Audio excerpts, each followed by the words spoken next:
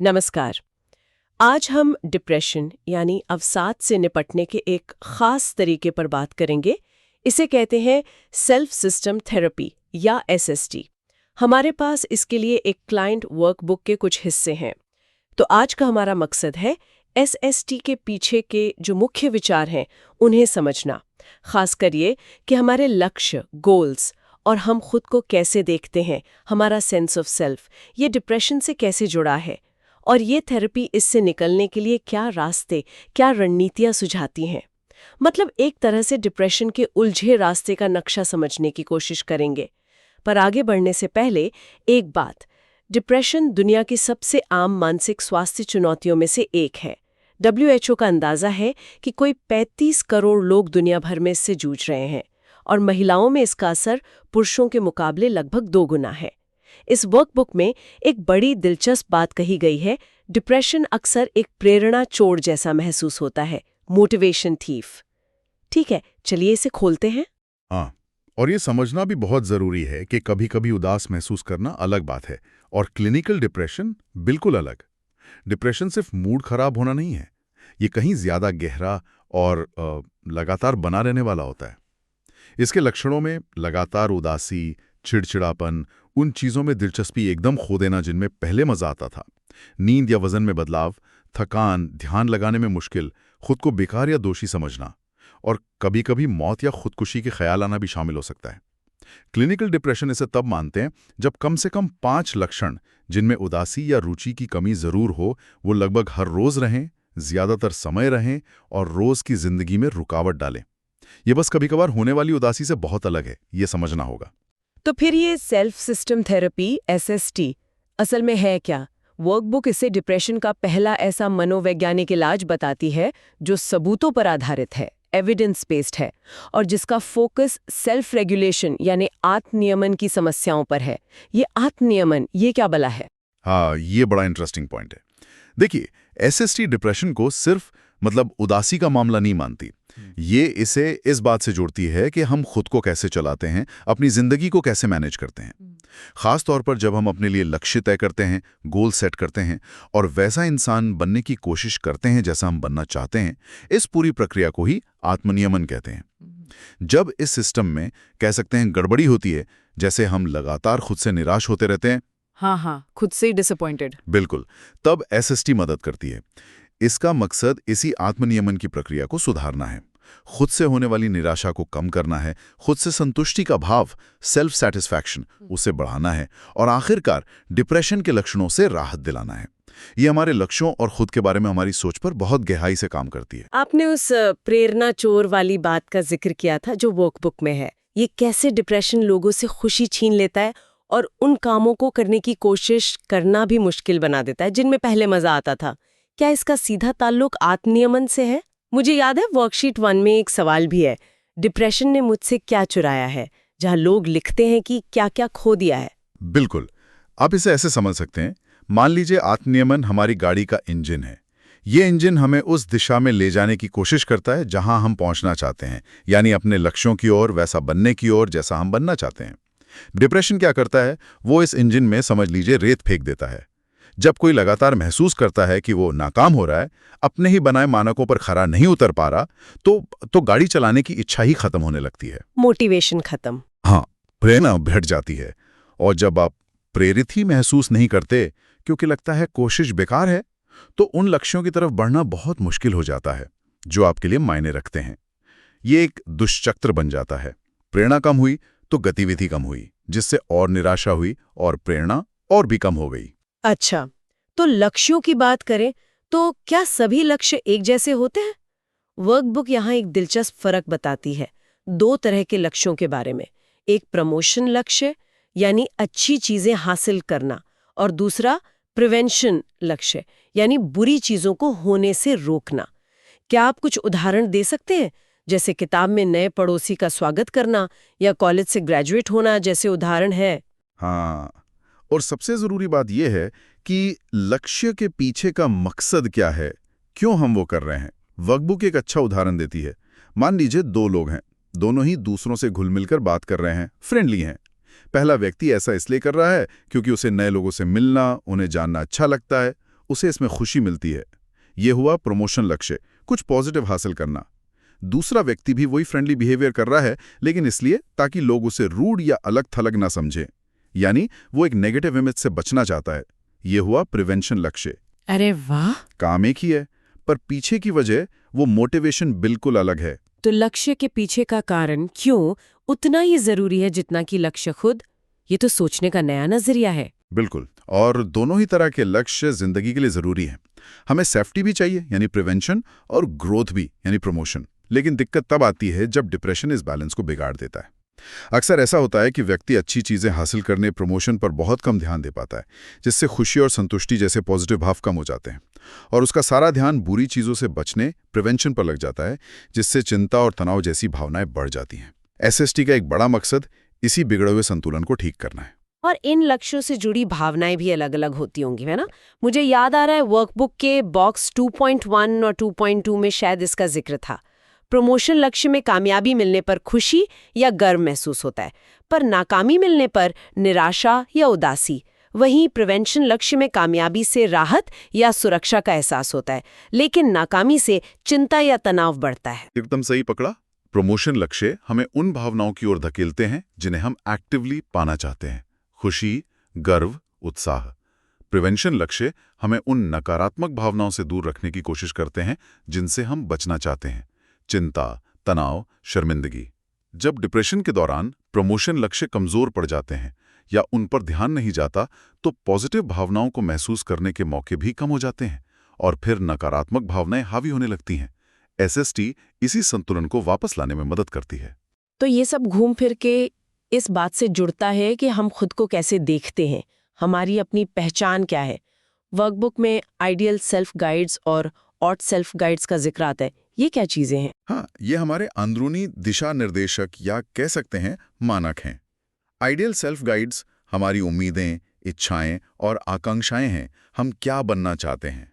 जैसे कोई चाह सकता है कि वो एक अच्छा पेंटर बने, या बहुत मजाकिया हो, या दुनिया की खबरों से वाकिफ रहे। ये प्रमोशन लक्ष्यों से जुड़े हैं, मतलब कुछ पॉजिटिव पाने की चाह। दूसरी तरफ ऑड सेल्फ गाइड्स हमारे कर्तव्य, जिम्मेदारियां और फर्ज हैं। हमें क्या होना चाहिए, जैसे भरोसेमंद होना, एक ईमानदार इंसान बनना, अपने वादे निभाना। ये प्रिवेंशन लक्ष्यों से जुड़े हैं, यानी कुछ नेगेटिव से बचने की जिम्मेदारी। हम जाने अनजाने इन्हीं मानकों के आधार पर खुद को आंकते रहते हैं। और हम लगातार अपने वास्तविक स्व, यानी हम सोचते हैं कि हम असल में कैसे हैं, की तुलना इन आइडियल और ऑड गाइड से करते रहते हैं। बिल्कुल, ये प्रक्रिया चलती रहती है, अक्सर हमें पता भी नहीं चलता। हम मन ही मन ये हिसाब लगाते रहते हैं कि हम अपनी उम्मीदों और जिम्मेदारियों के मुकाबले कहाँ खड़े हैं। जब हमारे वास्तविक स्व और इन सेल्फ गाइड्स के बीच फासला होता है, मतलब हम जैसा बनना चाहते हैं या जैसा हमें होना चाहिए वैसा खुद को नहीं पाते, तो इसी अंतर को सेल्फ डिस्क्रिपेंसी या आत्मविसंगति कहते हैं। अच्छा। जैसे अगर मेरा आइडियल सेल्फ एक फिट और एक्टिव इंसान है, लेकिन मेरा वास्तविक स्व मानता है कि मैं ज्यादातर समय सुस्त रहता हूं, तो ये एक डिस्क्रिपेंसी है। या अगर मेरा ऑड सेल्फ कहता है कि मुझे हमेशा समय का पाबंद होना चाहिए, लेकिन मेरा वास्तविक स्व जानता है कि मैं अक्सर लेट हो जाता हूं, तो ये भी एक डिस्क्रिपेंसी है। और ये विसंगतियां, क्या ये हमेशा ही बुरी होती हैं? आपने कहा ये हमें प्रेरित भी कर सकती हैं। वर्कबुक भी कहती है कि ये बदलाव के संकेत हो सकते हैं। हाँ, ये एक जरूरी पॉइंट है। एक स्वस्थ आत्मनियमन वाले व्यक्ति के लिए ये विसंगतियां मोटिवेशन का काम कर सकती हैं। ये हमें बताती हैं कि कहाँ सुधार की गुंजाइश है, और हम उस दिशा में कदम उठाते हैं, जैसे एक्सरसाइज शुरू करना या टाइम मैनेजमेंट पर काम करना। लेकिन डिप्रेशन में क्या होता है, लोग अक्सर इन विसंगतियों में फंस जाते हैं। हाँ, उन्हें ये फासला तो दिखता है, पर वो खुद को लाचार और हारा हुआ महसूस करते हैं, जैसे वो इसे बदल ही नहीं सकते। नतीजा, वो कोई कदम नहीं उठाते और नकारात्मक भावनाएं, निराशा, चिंता, अपराधबोध और ज्यादा बढ़ जाती हैं। वर्कशीट 7 इसी मुद्दे पर काम करने में मदद करती है। अपने इन अंदरूनी मानकों, सेल्फ गाइड्स और विश्वासों को पहचानना और देखना कि कहाँ-कहाँ ये विसंगतियां मौजूद हैं। अच्छा, तो अगर ये विसंगतियां या असंतुलन डिप्रेशन का हिस्सा है, तो ये थेरेपी इनसे निपटने के लिए क्या सुझाव देती है? वर्कबुक में एक एडेप्टेशन फेज यानी अनुकूलन चरण का जिक्र है। इसमें मुख्य रणनीतियां क्या हैं? अगर हम इसे बड़ी तस्वीर से जोड़ें, तो एसएसटी कई अलग-अलग रास्ते सुझाती है क्योंकि हर किसी की स्थिति अलग होती है। एक तरीका है अपने मानकों, अपने स्टैंडर्ड्स की जांच करना। क्या वो बहुत ऊंचे हैं? क्या वो हकीकत से परे हैं? कहीं आप ऐसी दीवार फांदने की कोशिश तो नहीं कर रहे जो बहुत ज्यादा ऊंची है? शायद उस मानक को थोड़ा बदलना पड़े ताकि उसे हासिल करना मुमकिन लगे। वर्कशीट 12 इसी पर काम करती है, अपने मानकों या उम्मीदों का दोबारा मूल्यांकन करना। मानकों को एडजस्ट करना सुनने में तो सही लगता है, पर क्या इससे कुछ लोगों को ऐसा नहीं लग सकता कि वो मतलब हार मान रहे हैं या अपनी उम्मीदें कम कर रहे हैं? ये शायद डिप्रेशन को और बढ़ा दे। ये एक बहुत वाजिब सवाल है और एसएसटी इस पर ध्यान देती है। देखिए, मानकों को बदलने का मतलब हमेशा उन्हें कम करना नहीं होता। कभी कभी इसका मतलब उन्हें ज्यादा स्पष्ट, ज्यादा यथार्थवादी बनाना होता है। और ये हमेशा पहला कदम नहीं होता। एक दूसरा अहम तरीका है अपना नजरिया बदलना।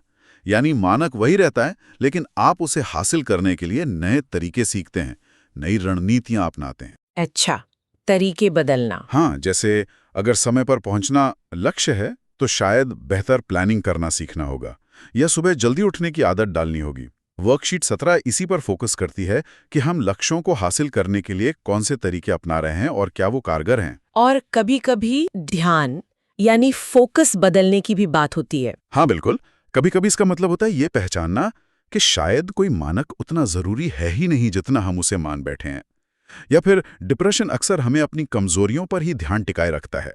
तो एक रणनीति ये भी है कि हम जानबूझकर अपने पॉजिटिव गुणों पर ध्यान दें, वो खूबियां जो हम में हैं पर डिप्रेशन के अंधेरे में छिप गई हैं। वर्कशीट 13, 14 और 15 इसी सकारात्मक गुणों को उजागर करने पर काम करती हैं। ये खुद को एक ज्यादा बैलेंस्ड नजरिए से देखने में मदद करता है। इसके अलावा लक्ष्य निर्धारण, गोल सेटिंग पर स्पष्ट रूप से काम करना बहुत महत्वपूर्ण है। लक्ष्यों को मरहो मतलब अस्पष्ट रखने के बजाय, जैसे मैं एक बेहतर इंसान बनना चाहता हूँ, उन्हें ठोस और मापने योग्य बनाना। जैसे मैं हफ्ते में 2 बार जिम जाऊंगा या मैं हर महीने एक नई किताब पढ़ूंगा। वर्कशीट 16 यथार्थवादी और हासिल किए जा सकने वाले लक्ष्य तय करने में मदद करती है। और फिर कुछ स्थितियों में सचेत रूप से अपना फोकस बदलने की कोशिश करना, जैसे जहां आमतौर पर बचाव, प्रिवेंशन वाला नजरिया हावी रहता है, वहां जानबूझकर उन्नति, प्रमोशन वाला नजरिया अपनाने की कोशिश करना। जैसे मिसाल के तौर पर किसी सामाजिक मौके पर गलती करने से बचने के बजाय नए लोगों से मिलने पर ध्यान केंद्रित करना। वर्कशीट 19 इसी के बारे में है। और कुछ लोगों के लिए शायद परफेक्शनिज्म यानी हर काम को बिल्कुल सही करने की धुन को संभालना भी जरूरी होता है, जिसके लिए वर्कशीट 20 से 23 है। से ज्यादा आलोचना से जुड़ा होता है। ये दोनों ही चीजें डिप्रेशन को बढ़ावा दे सकती हैं या उसे बनाए रख सकती हैं। ये वर्कशीट्स उन परफेक्शनिस्ट सोच और व्यवहारों की पहचान करने, उनकी जांच करने और उन्हें ज्यादा लचीला और कम नुकसानदेह बनाने में मदद करती हैं। ये वर्कबुक वाकई बहुत प्रैक्टिकल लगती है, पूरी तरह से वर्कशीट्स पर आधारित है। ये रोजमर्रा की गतिविधियों पर नजर रखने, वर्कशीट 4 स्थितियों का विश्लेषण करने, जिसे PSA साइकोलॉजिकल सिचुएशन एनालिसिस कहा गया है, यानी किसी खास स्थिति में क्या हुआ, क्या सोचा, क्या महसूस किया और उसका नतीजा क्या निकला, वर्कशीट 8 to 11 क्या खो गया है उसकी पहचान करने, वर्कशीट 5 और छोटे छोटे कदम उठाने की योजना बनाने पर जोर देती है, वर्कशीट 6। हाँ, ये ढांचा, ये स्ट्रक्चर बहुत महत्वपूर्ण है और ये थेरेपी बहुत सहयोगात्मक होती है, कोलैबोरेटिव। थेरेपिस्ट इस प्रक्रिया का जानकार होता है, लेकिन व्यक्ति खुद अपनी जिंदगी और अपने अनुभवों का विशेषज्ञ होता है। सही है, ये कोई जादू की छड़ी नहीं है, इसमें मेहनत लगती है। सत्रों के बीच दिया जाने वाला काम, जैसे इन वर्कशीट्स को भरना, बहुत जरूरी है। ये उन चीजों को जो सत्र में समझी, उन्हें असल जिंदगी में उतारने का पुल बनाते हैं। अक्सर इसकी शुरुआत छोटी-छोटी पॉजिटिव गतिविधियों को धीरे-धीरे जिंदगी में वापस लाने से होती है, जैसा कि ओरिएंटेशन चरण के 3 लक्ष्य में बताया गया है। और ये विचार कि प्रेरित महसूस करने का इंतजार करने के बजाय पहले करना शुरू करें, डिप्रेशन से बाहर निकलने में बहुत मददगार साबित हो सकता है। अच्छा, मतलब एक्शन पहले, मोटिवेशन बाद में। हाँ, काफी हद तक। अक्सर गतिविधि करने से ही मूड और प्रेरणा में सुधार आता है, न कि इसका उल्टा। पहले कदम उठाना पड़ता है, फिर धीरे धीरे गाड़ी पटरी पर आती है। तो इस सब का निचोड़ क्या है? लगता है सेल्फ सिस्टम थेरेपी डिप्रेशन को देखने का एक अलग नजरिया देती है। हमारे लक्ष्यों, हम खुद को कैसे देखते हैं और हम अपनी जिंदगी को कैसे चलाते हैं, इन सब के लेंस से ये सिर्फ लक्षणों को दबाने की बात नहीं करती, बल्कि ये समझने में मदद करती है कि हमारे अंदरूनी सिस्टम में गड़बड़ी कहाँ है। बिल्कुल। ये पहचानने के बारे में है कि कहाँ चीजें संतुलन से बाहर हैं, जैसे प्रमोशन और प्रिवेंशन लक्ष्यों के बीच का संतुलन, या कहाँ हमारे वास्तविक स्व और हमारे आइडियल या ऑट स्व के बीच का फासला हमें तकलीफ दे रहा है। और फिर ये उन दिक्कतों से निपटने के लिए खास हुनर, स्पेसिफिक स्किल्स सीखने के बारे में है, चाहे वो मानकों को बदलना हो, नई रणनीतियां अपनाना हो या अपना ध्यान केंद्रित करने का तरीका बदलना हो। यहाँ जो बात सबसे ज्यादा आकर्षित करती है वो ये विचार है कि अगर हमें समझ जाएं कि हम कुछ लक्ष्यों के पीछे क्यों भाग रहे हैं, क्या वो प्रमोशन है या प्रिवेंशन, और कैसे हमारे आइडियल और ऑट वाले स्व हमें रास्ता दिखा रहे हैं या भटका रहे हैं, तो हमें डिप्रेशन की भावनाओं को संभालने के बिल्कुल नए रास्ते मिल सकते हैं। ये सिर्फ बेहतर महसूस करने के बारे में नहीं है, बल्कि जिंदगी की चुनौतियों का सामना करते हुए वैसा इंसान बनने की तरफ बढ़ने का एक ज्यादा कारगर, एक ज्यादा इफेक्टिव तरीका खोजने के बारे में है, जैसा कोई बनना चाहता है। ये खुद को बेहतर समझने और खुद को बेहतर ढंग से चलाने की कला सीखने जैसा है, कह सकते हैं। इस पूरे फ्रेमवर्क के बारे में सोचते हुए एक सवाल मन में आता है, अगर हमारा आत्मबोध यानी हम खुद को कैसे देखते हैं कुछ हद तक दूसरों की उम्मीदों पर भी टिका होता है, जैसा कि अध्याय 3 और वर्कशीट 3 में खोजा गया है, जहां महत्वपूर्ण रिश्तों और उनकी अपेक्षाओं पर विचार किया जाता है, तो ये सोचने वाली बात है, क्या जानबूझकर ये चुनना कि हम किसकी उम्मीदों को अहमियत देते हैं, या ऐसे रिश्ते बनाना जो हमारे आइडियल सेल्फ, हम जो बनना चाहते हैं, को सहारा दें, ना कि सिर्फ हमारे ऑट सेल्फ, जो हमें होना चाहिए, को लागू करें, क्या ये लंबे समय में हमारे आत्म नियमन और हमारे मूड को प्रभावित कर सकता है? इस पर विचार किया जा सकता है।